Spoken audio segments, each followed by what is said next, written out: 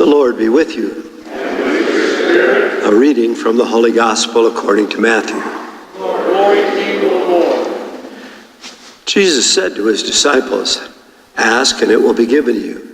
Seek and you will find. Knock and the door will be opened to you.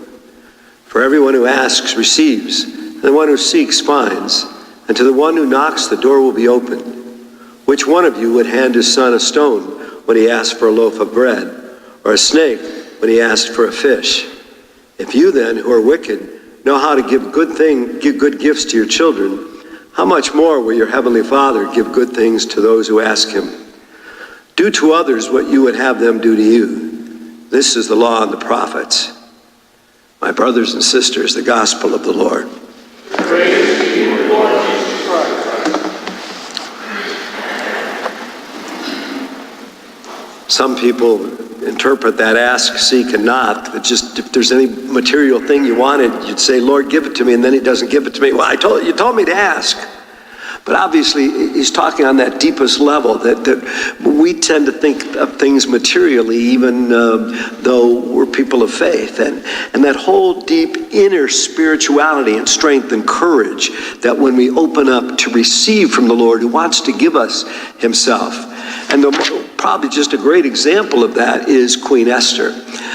There's only 2 books in the Old New Testament that are named after women, Ruth and Esther.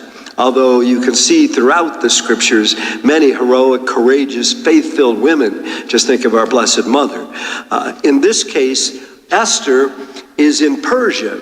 And some of her people are still there, the Babylonian exile. Many had returned, but there were still some there. And she was Jewish, but she hid the fact. And in fact, the king of Persia fell in love with her. And she was beautiful and wonderful, and so he married her. And of course, for sure, she wasn't going to tell him, "I'm Jewish." And then she had an uncle, Mordecai, who was like a father to her. And there were some issues, and there was another person in the king's court who was evil and despicable and trying to turn against Mordecai and Esther. And Esther, as we see here, mortal anguish, had recourse to the Lord, "Help me," because she's in a far-off country. Nobody knows she's Jewish. And if they find out, she may be put to death. But when the circumstance happens and it looks like this plot by this evil fella that maybe a lot of the Jews there would be put to death by the king. So she prays, she seeks, she asks, and she hears basically the Lord saying, "You got to tell him. You got to tell him you're Jewish. And you got to stand up for your Jewish brothers and sisters here." And so she did.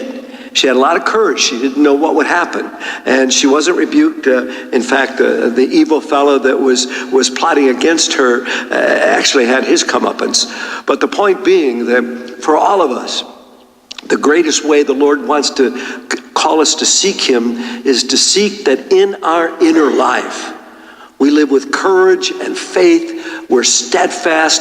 And even if there's difficult situations and we think, "Oh, I don't want to speak out here. They're going to look down on me," or, "these people aren't going to think too highly of me," that drawing from Esther and many, many people in the Old Testament and the New Testament and the saints through the centuries are meant to inspire us. And we should know their stories and let their stories inspire us to be faithful to God and to know where our deepest hope and peace and courage and strength are. Let's just take a quiet moment and see what the Lord may be speaking to us inwardly, some area where maybe we need to draw upon that courage and strength he can give. God bless you.